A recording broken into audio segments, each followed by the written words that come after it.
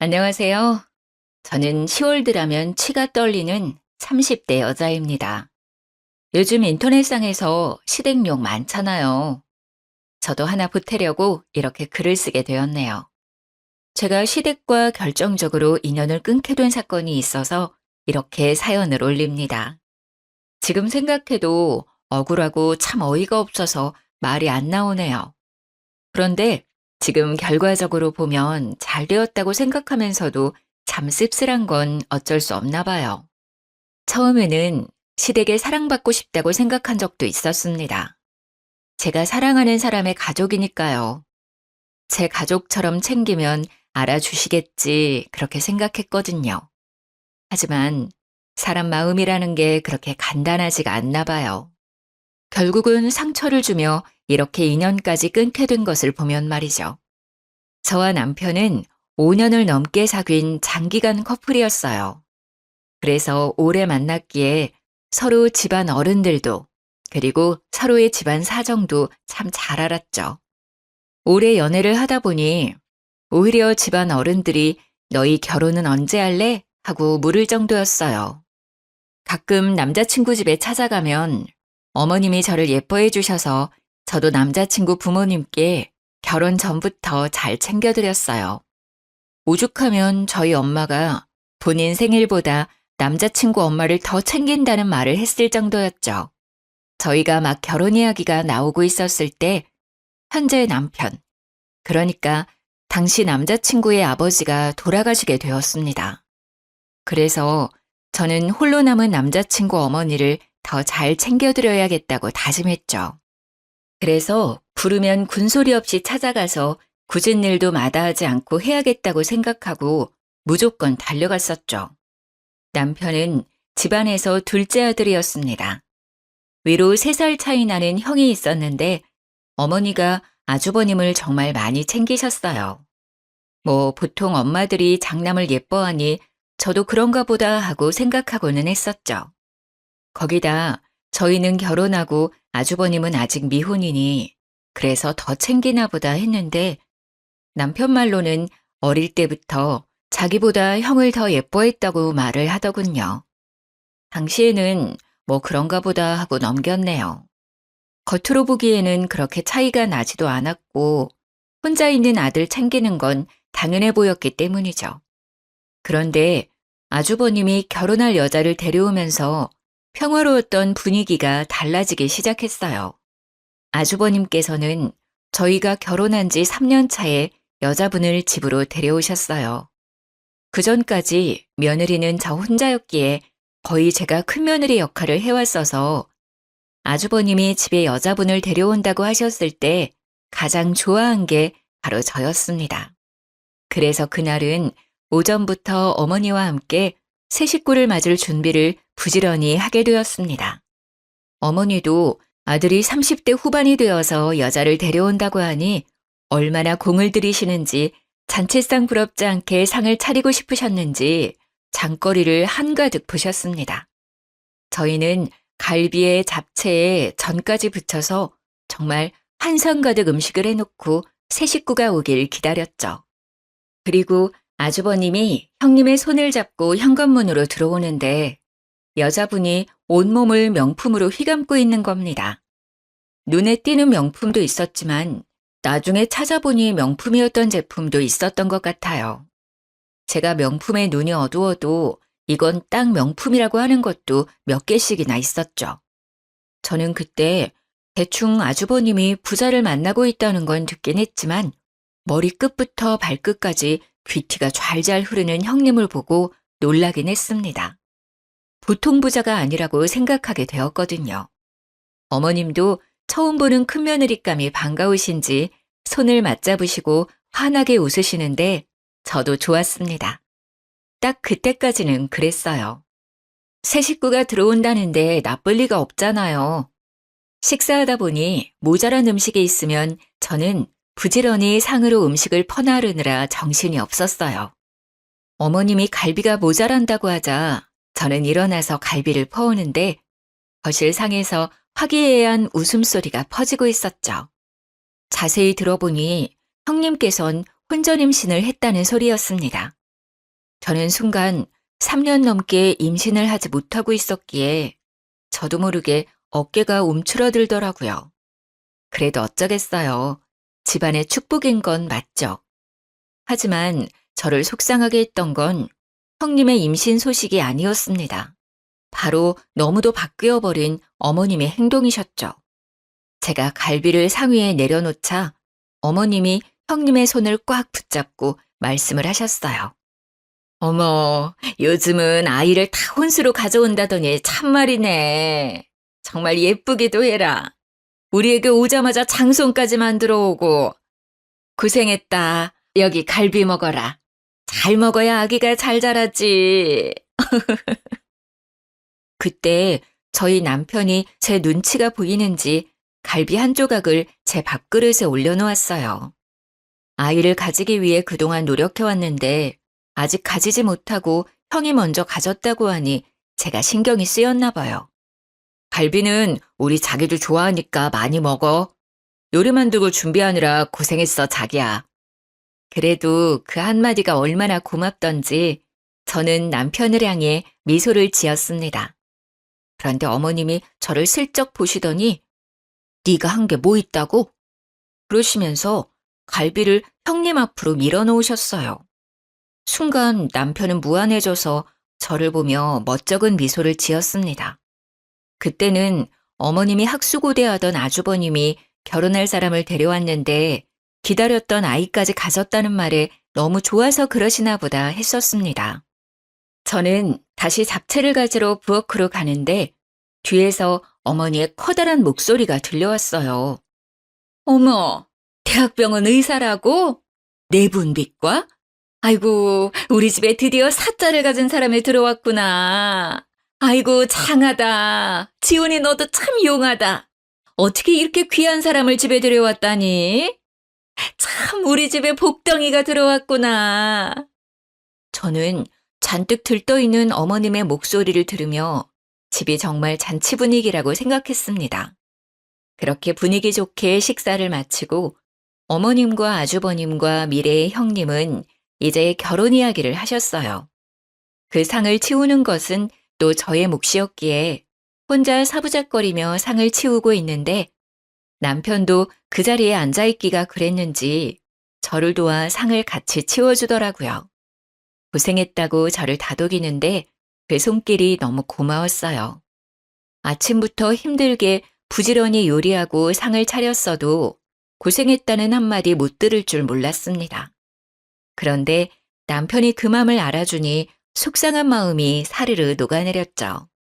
상을 치우고 과일을 내가는데 형님이 어머님께 선물이라고 명품 가방을 떡하니 내놓더라고요.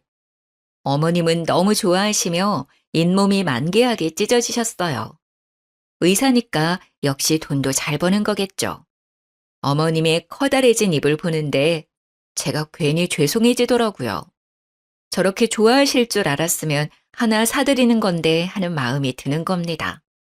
제가 사드린 건 명품은 아니어도 국내 유명 브랜드들이었거든요. 역시 어머님도 여자셨던 거죠.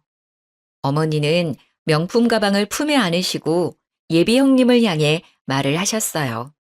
뱃속에 아이도 있는데 결혼을 서둘러야지. 배가 나오기 전에 빨리 서둘러야겠구나. 시어머니의 말에 예비 형님이 난감한 표정을 지으시더라고요. 그런데 제가 너무 바빠서요, 어머니. 결혼 준비를 제대로 할 수 있을지 걱정이에요. 병원 일이 생각보다 한가한 일이 아니라서요. 어머님은 형님의 손을 꽉 잡으시며 활짝 웃으셨죠. 그럼 알다마다 큰일 하는데 바쁜 거 내가 다 알지. 결혼식 걱정은 하지도 말아라. 내가 다 준비하마. 여기 한가한 너희 동서도 있잖아. 그렇지, 작은 애야? 네가 결혼 준비하는 것 좀 도와주려무나. 저는 사과를 깎다가 두 눈을 동그랗게 떴죠. 아주버님의 결혼식을 제가 준비하다니요? 그것도 잘못하면 욕먹기 딱 좋은 결혼식을 말이죠. 저는 어색한 미소를 띄었습니다. 죄송해서 어쩌죠? 저도 요즘 회사 일이 바빠서 도와드리기 힘들 것 같네요. 그래도 본인들이 준비하는 게 더 마음에 들지 않을까요? 어머님은 제 말이 마음에 안 드셨는지 저를 흘겨보셨어요. 무슨 직장이 시간 조정 하나 마음대로 못한다니? 그래서 다른 일은 할 수 있겠어? 서로 어려울 때 돕고 해야 형제 우애가 좋아지고 그러는 건데. 아니에요, 어머니. 제가 바빠도 시간 내서 해볼게요. 동서 곤란하게 해서 미안해. 아니다, 내가 준비하마. 바쁜 네가 시간을 어떻게 빼려고 해. 뱃속에 애도 있는데 그럴 필요 없어. 저는 잠시 그 자리에 있는데도 벌써 숨이 막혀왔습니다. 어머니와 형님만이 다른 세상에 있는 것 같이 느껴졌는데 저는 딱 그 자리에 그냥 옆에 세워진 병풍 같은 존재 같았어요. 아직 결혼 전부터 이렇게 살얼음 판인데 결혼하면 또 얼마나 달라지려나 하는 불안이 엄습해왔습니다. 왜 그런 느낌은 딱딱 잘도 들어맞는 것인지 모르겠어요. 형님은 결혼 전부터 보통이 아니셨습니다. 그렇게 형님의 결혼은 어머님 주도 아래 수월하게 이루어지게 되었어요. 두 분 결혼식이 한 달 앞으로 다가왔을 때 우리는 다시 시댁에 모이게 되었습니다. 그런데 형님과 아주버님이 생각지도 못한 말을 입 밖으로 꺼내시는 겁니다. 어머니, 이미 재산이 분할이 끝났다고 하던데 정말이에요? 아버님이 동등하게 나눠주셨다고 하는데 그게 너무 불공평한 것 같아서 말이죠. 제사도 저희가 다 지내고 어머님도 저희가 모시는 건데 왜 동등하게 나누었는지 이해가 되지 않네요. 이건 장남이 더 가져야 하는 문제 아닌가요? 저는 형님의 말을 듣고 어이가 없어서 입이 떡 벌어졌어요.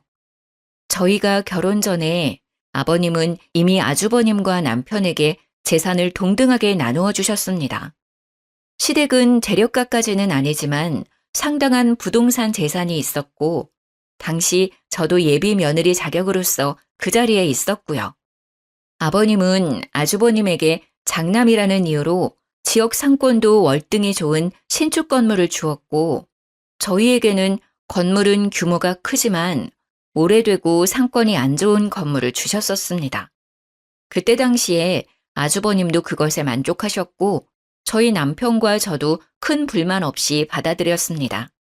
시세 차이는 별반 다름없었고 아버님이 나눠주시는 거니 큰 불만도 없었죠. 그리고 아버님은 어머님 앞으로 노후자금이라고 작은 건물을 남겨두셨었습니다. 그런데도 저런 말을 꺼내자 속이 뒤집히는 겁니다. 형님, 그렇게 따지면 이제 저는 시댁에 손 놓아도 되는 건가요? 형님 혼자 시댁 행사며 제사며 다 챙기시려고요? 형님은 저를 보며 고개를 끄덕였습니다. 당연하지. 장손인데 내가 책임져야지. 그러니까 우리가 재산을 더 가져야 하는 거 아니겠어? 이건 너무 불공평하잖아. 앞으로 고생은 나하고 우리 그이가 다 하는 건데 앞으로 어머님도 책임져야 하고. 그런데 그때 아버님이 그런 것까지 생각하고 좋은 상권의 신축 건물을 아주버님께 남겨주신 거잖아요. 이제 와서 그것을 따지시면 저희가 너무 어이가 없어요. 시세만 같다 뿐이지 두 건물 사이에는 엄연히 차이가 크게 나요. 거기다 어머님께도 건물을 남겨주셨고요. 그래도 이거는 말도 안 되지. 원래라면 작은 아들은 재산을 물려받을 수 없는 거 아니야? 그런데도 같은 시세라니 나는 말도 안 된다고 생각하는데. 어머니도 그렇게 생각하지 않으세요? 아이고, 작은애 시끄럽다. 너희 형님 말 어디가 틀린 게 있다니? 너보다 더 배우고 똑똑한 사람이 이렇게 말하는데 그렇게 하는 게 옳으면 그렇게 해야지. 저는 시어머니까지 형님의 편을 들고 나서자 머리까지 피가 끓어올랐어요. 여기서 선을 딱 긋지 않으면 저희가 질질 끌려갈 것 같다는 생각을 하게 되었습니다. 죄송합니다. 지금 이야기는 못 들은 거로 하겠습니다. 싸움도 되지 않을 일 가지고 이게 뭔가요? 이미 아버님이 저희한테 주신 거고 저희는 다시 아주버님께 드릴 마음 같은 건 없습니다. 죄송합니다. 제 말에 갑자기 아주버님이 버럭대고 저를 향해 소리를 지르시는 겁니다. 아니, 재수 씨, 어떻게 그렇게 말을 합니까? 윗사람이 말을 하면 듣는 척이라도 해야 하는 거 아닙니까? 이 사람이 앞날을 생각해서 이렇게 말하는 건데 어떻게 그렇게 딱 말을 자릅니까? 재수 씨가 시집 와서 한 게 뭐 있나요? 그렇게 재산에 욕심이 나나요? 저는 재수 씨가 이렇게 속물인지 몰랐네요. 저는 순간 그 말에 어이가 없었습니다. 누가 지금 재산에 더 눈이 멀었는지 모르는 것 같았어요. 지금 재산 이야기 하시는 두 분은 아직 결혼도 안 하신 거 아니에요? 결혼 생활 한참 하시고 힘들어서 이런 이야기 하는 거면 이해라도 하려고 노력이라도 해보겠는데 이건 경우가 아니죠. 너는 윗사람한테 무슨 말을 그렇게 하는 거니? 어? 어디서 배워먹은 버르장머리가 그래? 윗사람들이 아니다 하면 구분구분 말을 들을 연구를 해야지 어디서 따박따박 말대답을 하는 거야. 두 분이 한꺼번에 저를 향해 그렇게 말하니 속이 정말 뒤집힐 것 같았습니다. 어머니, 정말 말 한 번 잘하셨네요. 제가 장남이니까 더 갖는 게 옳죠. 재수 씨, 아버지가 주신 건물 주세요 그럼. 이렇게 긴 이야기 할 필요도 없고 서로 얼굴 붉힐 일도 없을 것 같네요. 가만히 우리들의 이야기를 듣고 있던 남편이 이제 참지 못하겠는지 제 손을 잡아서 일으켜 세웠어요. 도저히 가만히 듣고 있기가 불편하네. 이미 그건 아버지가 나와 아내한테 물려주신 건데 왜 형이 주라 말아야? 재산에 눈먼 사람이 누군데 내 아내한테 그런 말을 하는 거야? 이미 끝난 이야기니까 더 이상 할 얘기도 아닌 것 같네. 우리는 그만 집에 가야 할 것 같아. 가자, 자기야. 그렇게 저희는 집으로 돌아왔습니다. 돌아오는데도 정말 두 눈이 시뻘개진 두 사람의 얼굴이 눈앞에 어른거리는 겁니다. 어디서부터 잘못된 것인지 길게 한숨이 쏟아져 나왔어요. 하지만 그때는 그게 시작에 불과했다는 걸 우리 모두 알지 못했습니다. 두 사람은 무사히 결혼식을 올렸고 일주일간 신혼여행을 떠났습니다. 그리고 그렇게 복잡한 타이밍에 저는 그토록 기다리던 임신을 하게 되었어요. 남편은 저의 임신에 너무 기뻐하면서 형님 내외가 신혼여행에서 돌아오면 말하자고 너무 좋아하는 겁니다. 저도 드디어 아이의 엄마가 됐다는 뿌듯함과 함께 시댁을 찾았습니다. 모두가 둘러앉자 남편은 활짝 웃으며 제가 임신했다고 공개를 했어요. 모두 놀라지 마세요. 우리 집에 또 경사가 있어요. 제 아내가 드디어 임신하게 되었어요. 자기야, 그동안 고생했어. 정말 잘했어. 남편의 말이 끝이 나자 형님이 갑자기 대성통곡을 하기 시작하는 겁니다. 통곡은 점점 심해지더니 자지러질 정도로 눈물을 펑펑 흘리는데 저와 남편은 꿀먹은 벙어리가 되고 말았습니다. 어머님과 아주버님은 형님을 달래는데 저희는 무슨 상황인지 모르니 가만히 상황을 지켜볼 뿐이었죠. 드디어 형님이 진정하자 휴지로 눈물을 닦아내며 저를 쳐다보더군요. 동서, 좋은 날에 정말 미안해. 내가 유산을 해서 동서 임신했다는 소식을 들으니 뱃속의 아이가 너무 생각나서 그랬어. 우리가 재산 가지고 다툰 날 있잖아. 그날 그게 스트레스가 되었나 봐. 나는 그게 그렇게 분란을 일으킬 줄 모르고 꺼낸 이야기인데 형제 싸움까지 번지고 며칠 동안 끙끙 앓다가 아이가 그만. 저는 정말 할 말이 없어서 입을 다물었어요. 그 상황에서 무슨 말을 할 수 있겠습니까? 형님의 말의 뉘앙스를 보면 결국 우리가 재산을 내놓지 않아서 자신이 유산했다는 말이 아니겠어요? 시어머니는 저를 눈으로 흘기시며 입을 비트셨어요. 그 재산이 무슨 대수라고 뱃속에 장손을 잃어버리게 만들어. 그리고 너는 이 상황에서 임신했다고 그렇게 말하고 싶니? 지금 사람 염장 지르는 것도 아니고. 아이고, 애들이 배운 게 없어서 그런지 눈치도 없네. 어머니의 말을 듣다 못한 남편이 벌떡 자리에서 일어나서 소리를 질렀습니다. 어머니, 그게 지금 무슨 말을 하시는 거예요? 지금 형네 아기가 우리 때문에 그렇게 되었다는 말이라도 하시는 거예요? 이게 어떻게 저희 잘못인가요? 지금 저희 아이는 안중에도 없으신 거예요? 형님 잃어버린 아이만 중요하신 거냐고요? 자기야, 그만 일어나 가자. 더 이상 여기에 못 있겠다. 저는 남편 손에 이끌려 다시 집으로 돌아왔습니다. 그런데 첫 임신에 심한 시댁 스트레스를 받아서인지 유산기가 보이기 시작했어요.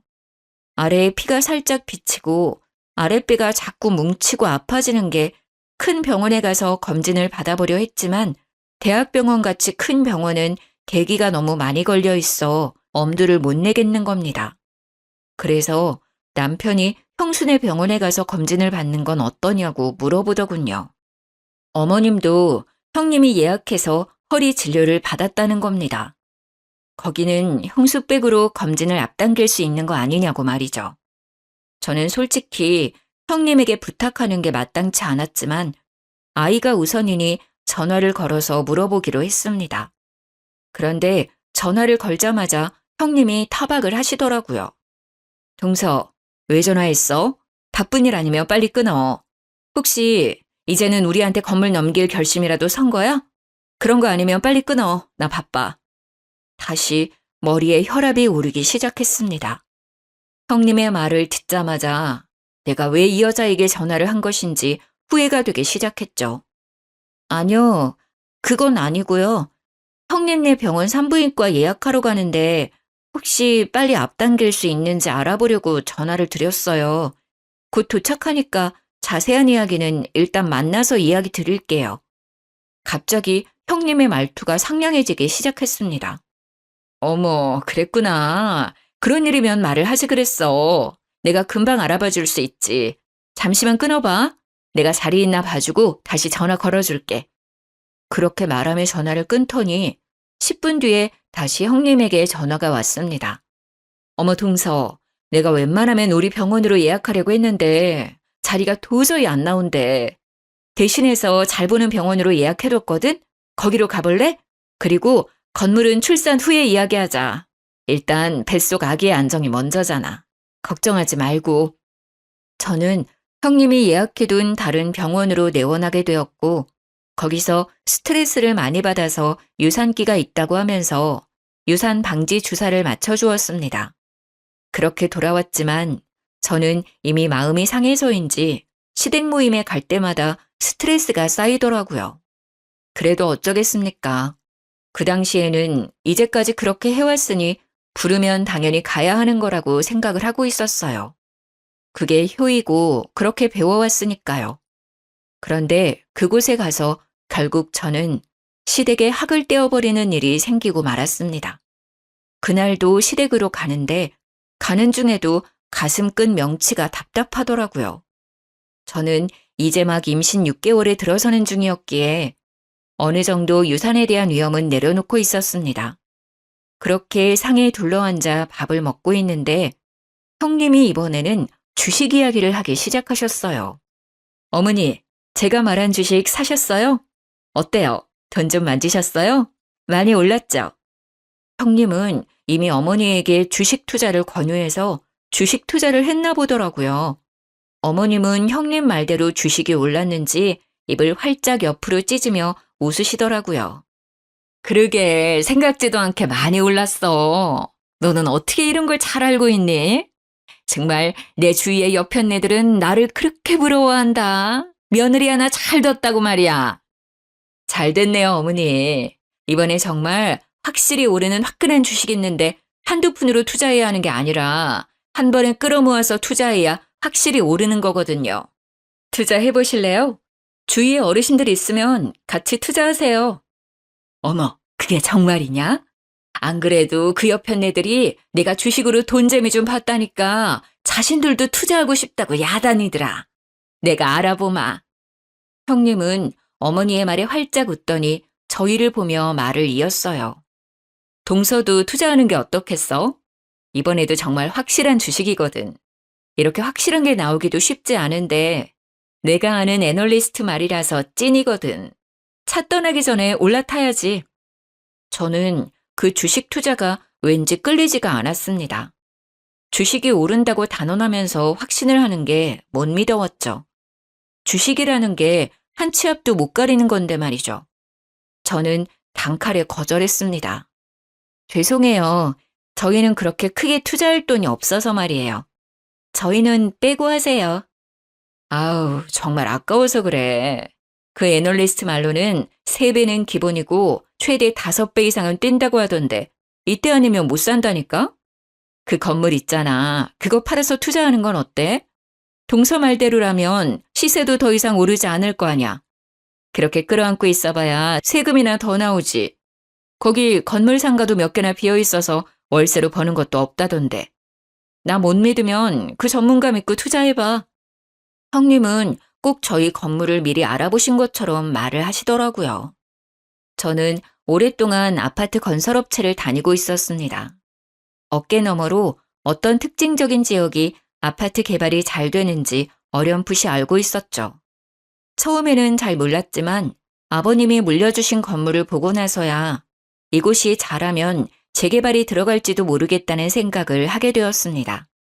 문제는 그게 언제가 될지 그리고 재개발 허가가 날지 모르는 상태이지만 저는 그 당시에 이 지역은 언젠가 재개발이 된다고 생각을 하고 있었어요. 그래서 형님에게 건물을 팔지 않겠다고 말을 했죠. 아니요, 괜찮아요. 아무래도 거기가 곧 재개발이 들어갈 것 같아서 그래요. 그래서 손해라도 당분간 건물 가지고 있자고 남편하고 말을 해두었어요. 제 말을 듣더니 갑자기 형님의 두 눈이 커다래지더군요. 동서, 정말 해도 해도 너무한다. 그런 건물을 가져간 거야? 어떻게 우리한테는 한마디도 없이 그런 곳을 가지고 갈 수가 있어? 미리 알고 그 건물 가져간 거야? 우리 그이 몰래 건물 빼돌린 거 아니야? 형님의 말에 논리에 어이가 없어지더군요. 건물을 빼돌리다니 어떻게 저런 말을 할 수가 있는 건지 당최 이해가 되지 않는 겁니다. 무슨 말을 그렇게 하세요? 저희도 아버님께 물려받고 눈으로 직접 건물 보고 재개발에 들어갈 것 같다는 거 안 거고요. 아직 재개발 뜬 것도 아니고 그럴 것 같다고 분명 말씀드렸잖아요. 그런데 무슨 건물을 빼돌려요? 저희는 정말 아버님이 주신 대로만 받은 건데 그리고 제가 회사 다니면서 지역이랑 흐름 보고 저 스스로 판단해서 그렇게 말한 거예요. 형님 정말 말을 이상하게 하시는 거 아니에요? 그게 말이 되는 거야? 아버님이 주신다고 그런 낡은 건물을 얌전히 받았다고? 그게 더 이상하지. 분명 뒤에서 아버님에게 무슨 말을 했으니 이렇게 된 거 아니겠어? 어머니, 이거 사기 아니에요? 좋은 건물 차지하려는 것 같은데 어머니, 아무리 생각해도 이건 아닌 것 같아요. 저는 정말 미치고 팔짝 뛸 것 같은데 그 당시 아버님 옆에 계셨던 어머님까지 저를 몰아가는 겁니다. 큰아기 말을 듣고 보니 그렇구나. 너 정말 건물 노리고 그런 거니? 정말 사람 하나 잘못 들여서 내가 별꼴을 다 보는구나. 너 이게 무슨 경우냐, 어?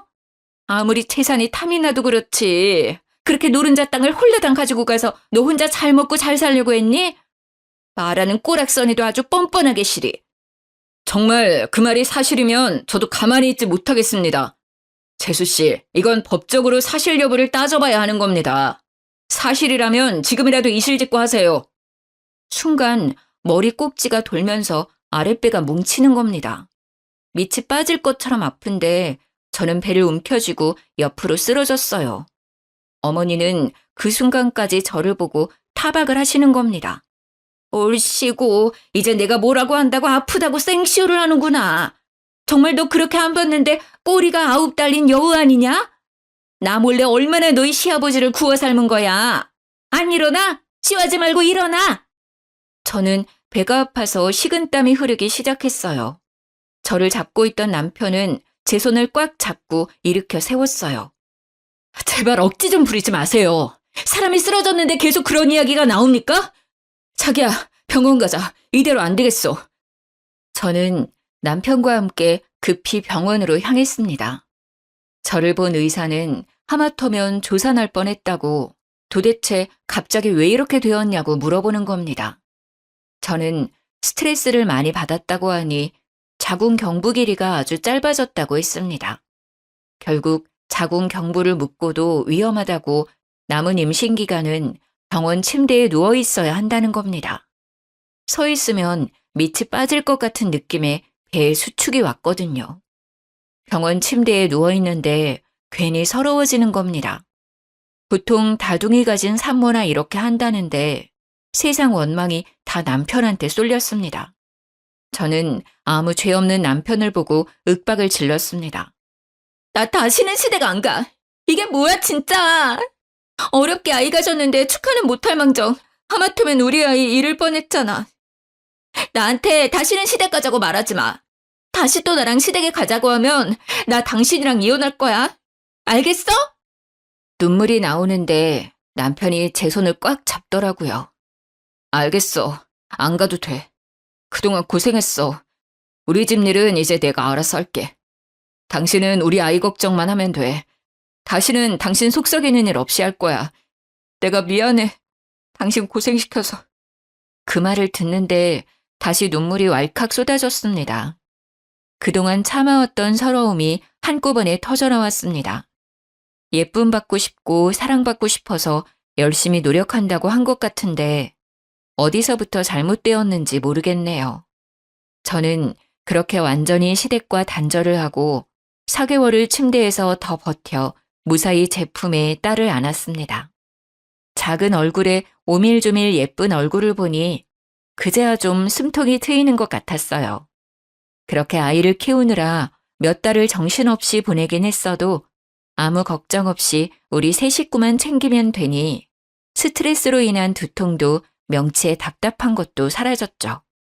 남편이 오기를 기다리며 저녁을 준비하고 같이 식사를 하는데 남편이 시댁 이야기를 꺼내더라고요. 나 밥 먹고 잠시 본가에 다녀올게. 집에 무슨 일이 있는지 오늘 어머니에게 전화가 왔더라고. 울면서 전화를 하셨는데 갑자기 형수랑 연락이 안 된다고 하시더라고. 형도 갑자기 형수가 사라져서 이리저리 찾아보고 있는데 하루아침에 사라져버려서 둘 다 많이 놀랐나 봐. 저는 아이에게 이유식을 먹이다가 남편을 쳐다보았어요. 형님이 갑자기 사라졌다니 말이 나오지 않았어요. 거의 1년 가까이 시댁 일에는 신경 쓰지 않고 있어서 따로 형님과도 연락하고 있지 않았기에 저는 남편이 들려주는 시댁 이야기로만 소식을 전해 들었습니다. 남편은 시댁을 다녀와서 한숨을 푹 내쉬더라고요. 저는 그때야 무슨 일이 크게 났다는 걸 깨달았어요. 무슨 일이야? 큰일이 난 거야? 형님은 찾았어? 어디 계시는데? 일단 신고는 해놨는데 그게 좀 이상해. 형이 형수가 사라지고 일하는 대학병원에 가서 형수를 찾으니까 없는 사람이라고 했다는 거야. 그런 사람은 자신의 병원에 근무하지 않는 의사라고 하더라고. 분명 어머니가 몇 달 전에 허리 때문에 병원에서 형수 이름으로 진료 예약하고 진료를 받았고 병원 홀에서 의사 가운 입고 있는 것도 봤다고 하니까 간호사가 형수 이름으로 진료 예약된 것은 맞는데 의사로 근무하는 사람은 없다는 거야. 간호사까지 통틀어서 직원 명단을 봐도 형수 이름은 없대. 어머님은 그 말 듣고 지금 쓰러져서 병원에 계셔. 남편의 말에 저는 당황했습니다. 분명 우리는 형님이 그 대학병원 의사라는 것에 아무 의심이 없었습니다. 어머님이나 아주버님이 병원 홀에서 의사 가운을 입고 있는 형님을 만났다고 했으니까요. 그런데 막상 병원에서 형님은 그 병원 의사가 아니라고 하는 겁니다. 하지만 남편의 말은 거기서 끝이 아니었습니다. 그래서 경찰서에 가서 실종 신고를 하면서 정황을 이야기했더니 경찰의 말로는 사기꾼한테 당한 것 같다고 하더라고. 일부러 처음부터 형의 재산과 우리 집 재산을 노리고 들어온 전문 사기꾼 같다고. 그럼 형님, 아니지, 그 사기꾼을 다시 찾을 수 없다는 거야? 그런데 그때 어머님이 홀레당 주식 투자한다고 하시지 않았어? 그건 어떻게 된 거야? 그것도 가지고 도망간 거야?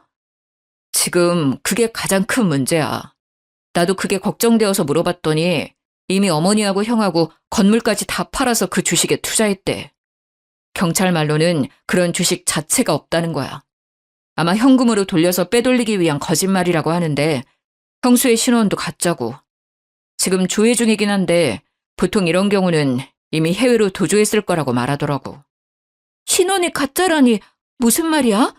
혼인신고 했을 거 아니야? 그게 형수가 일이 너무 바쁘다고 혼인신고를 미루자고 해서 혼인신고를 아직도 하지 않았다더라. 그래서 신원 추적이 늦어지고 있어. 정말 어머님은 믿는 도끼에 크게 발등을 찍히고 마셨던 거죠. 온 식구들을 속이고 시댁과 아주버님의 재산을 몽땅 갖고 튄 그 사기꾼은 몇 달 수사 끝에 필리핀으로 도주를 했다는 것을 경찰에서 밝혀냈다고 하더군요. 어머니는 쓰러진 뒤로 중풍이 오셔서 말도 어눌해지고 한쪽 몸이 마비가 오셨다고 해요. 문제는 어머님이 또 없는 돈까지 끌어다가 사기꾼에게 투자해버려서 빚도 상당하다는 겁니다. 하루에 몇 번씩 병원으로 빚쟁이들이 들락거린다고 하더라고요. 그래도 그 지역에서는 잘 산다는 소리를 듣고 살았던 시댁이 한순간에 빚더미에 앉게 되었습니다. 어머님은 어쩔 수 없이 사시던 집을 팔아 그 빚을 다 갚고 작고 낡은 주택을 월세로 얻었다고 해요. 저는 더는 시댁으로부터 스트레스를 받고 싶지 않았어요. 저는 그동안 할 만큼 했다고 생각합니다. 그리고 이건 어머니가 자초한 것으로 생각하기도 했고요. 건지르르한 겉모습과 의사라는 말만 믿고 모든 것을 믿어버리신 거니까요. 당신이 서운하게 생각할지도 모르지만 나는 어머니 일에 더 이상 신경 쓰고 싶지 않아. 어머니에게 갈 생각도 없고. 그러니까 나보고 어머니에게 얼굴 비추라는 말 하지 않았으면 좋겠어. 남편도 그동안 어머님이 저에게 한 행동을 고스란히 봐와서 그런지 별말이 없었습니다. 그래, 알겠어. 내가 알아서 할 테니까 당신은 어머니 일에 신경 쓰지 마. 그리고 남편은 어머니에 대해 저에게 말하는 법이 없었어요. 그렇게 몇 년이 흘렀는데 저의 예상대로 저희의 건물은 재개발이 진행되었습니다. 저희는 보상금으로 큰 돈을 벌었죠. 그 말을 저희 어머님이 어떻게 들었는지 저에게 수십 통 전화를 해서는 생떼를 부리기 시작하는 겁니다. 작은 애 너는 어쩌면 이럴 수가 있는 거니? 아무리 시어머니가 잘못했다고 해도 이렇게 몇 년 동안 얼굴 한번 안 비추고 너는 그러는 거 아니다. 내가 뭘 그렇게 잘못했니? 그때는 어쩔 수 없어서 그런 거 너도 알잖아. 시어머니는 몇 년 만에 저한테 전화하셔서 그때 내가 너에게 너무 심하게 해서 미안하다 그 한마디를 안 하시는 겁니다. 그때 제가 무슨 일을 겪었는지 어머니도 다 아시면서 말이죠. 저는 그 일로 뱃속에 아이를 잃을 뻔했는데 해도 너무한다고 생각을 했습니다. 남아있는 정도 없는데 더욱 어머니에게 정남이가 떨어져 버렸죠. 어머니, 정말 너무하시는 거 아니에요? 그때 어머니께서 저한테 어떻게 하셨는지 벌써 잊으신 것 같네요. 그때 제가 얼마나 속상했는지 알기나 하세요? 그 사기꾼 형님한테 홀라당 넘어가셔서 제 뱃속에 있던 손녀까지 위험에 빠뜨릴 뻔한 거 벌써 잊으셔서 저한테 이러시는 거예요? 지금도 가끔 생각하면 명치 끝이 뜨겁고 답답해져요. 그런데 전화해서 그때는 어쩔 수 없었다니요? 어머니는 다 알고 계셨잖아요. 그게 차별이고 폭력이란 거 알면서도 형님이 사주는 명품 가방에 넋이 나가신 거죠. 형님의 배경에 눈이 멀었던 거고요. 다시는 저랑 제 딸 얼굴 보려고 하지 마세요. 너는 어쩜 애가 하나도 안 변하니? 사람이 다 실수하면서 사는 거지. 가족끼리 그렇게 일일이 따져가면서 살면 안 된다는 거 안 배웠냐? 너희 건물 재개발 들어갔다는 거 다 안다. 보상금도 넉넉하게 받았다며. 그거 내놔라. 내 남편이 피땀 흘려서 벌어놓은 재산이잖니. 어떻게 그렇게 큰 돈을 벌어놓고 이렇게까지 매정하게 구는지 나는 알다가도 모르겠구나. 내 남편이 준 거니 나도 받을 권리 충분히 있다고 생각한다. 저는 어머니 말에 기가 막혀왔어요. 돌아가신 아버님이 피땀 흘려 일구어 놓은 재산을 홀라당 말아먹은 건 어머니면서 저희 건물 보상금을 내놓으라는 겁니다. 어머니, 저는 어머니가 아버님 재산을 그렇게까지 귀하게 생각하실 줄 몰랐네요. 저는 그렇게 귀했다면 그 사기꾼한테 건물 팔아서 돈 넘길 때 좀 더 자세히 알아봤을 거예요. 어떻게 한 사람 말만 믿고 그 많은 재산을 넘겨주었는지 저는 아직도 이해가 안 돼요. 그리고 이건 저희가 그때 현명하게 판단해서 지켜낸 거 아닌가요? 어머님이 저에게 그 사기꾼에게 건물 안 넘긴다고 그렇게 구박하던 거 하나도 빼놓지 않고 기억하고 있어요. 그래서 저희가 그나마 거짓골 면하고 사는 거고요. 그러니까 다시 이런 전화하지 않으셨으면 좋겠네요. 이제 전화하셔도 이런 이야기 하시면 전화 끊을 거예요. 저는 어머님의 말을 단칼에 거절했습니다. 그렇지 않으면 어머님 성격에 다시 돈을 달라고 전화를 하실 거니까요. 아주버님은 저에게 미안한지 몇 년이 지나도 얼굴 한번 안 비추고 남편만 연락을 주고받더군요. 남편 말로는 지금은 그 여자를 찾아서 외국에 나가 있다고 하네요. 간간히 서로 연락은 주고받고 있지만 그 여자가 얼마나 꼭꼭 숨어버렸는지 몇 년을 찾아도 머리카락도 안 보인다고 말을 하더군요. 저는 그래도 혹시나 해서 남편을 흘겨보았어요. 혹시 어머님이나 아주버님께 돈이나 이런 거 주고 하는 거 아니지? 그러지 마. 그러면 나 정말 화낼 거야. 남편은 저를 보며 팔짝 뛰더라고요. 내가 미쳤어? 돈을 왜 줘? 형은 나한테 그런 말 미안해서라도 꺼내지도 않아. 자기한테 미안하다고 전해주라는 말만 계속하더라. 자기도 그렇게 속을 줄 몰랐다고. 어머님은 나한테 돈 달라고 전화는 하지만 나는 안 된다고 했어. 병원비는 내드리고 있지만 다른 돈은 안 드린다고 확실히 선 그었어. 나도 말이야, 어머니에게 서운한 게 한두 개가 아니야. 어릴 때부터 어머니는 유독 형만 예뻐했으니까. 당신도 이미 질릴 만큼 봤잖아. 저도 남편이 어머님의 병원비를 내고 있다는 것을 알고 있었습니다. 결혼 전부터 어머님이 아주버님을 알뜰히 챙기는 것을 봐오긴 했지만 어린 시절부터 그런 모습을 봐온 남편도 결혼 후까지 그러니 이제 진절머리가 난 듯 했습니다. 알겠어. 병원비는 내드려야지. 그 정도는 나도 괜찮다고 생각은 해. 하지만 그 이상은 안 도와드리는 게 옳다고 생각해. 그리고 나는 다시 시댁일에는 손대고 싶지 않아. 그건 당신이 이해해줬으면 좋겠어. 남편은 알겠다고 자신의 집일에 신경 쓰지 않아도 된다고 했습니다.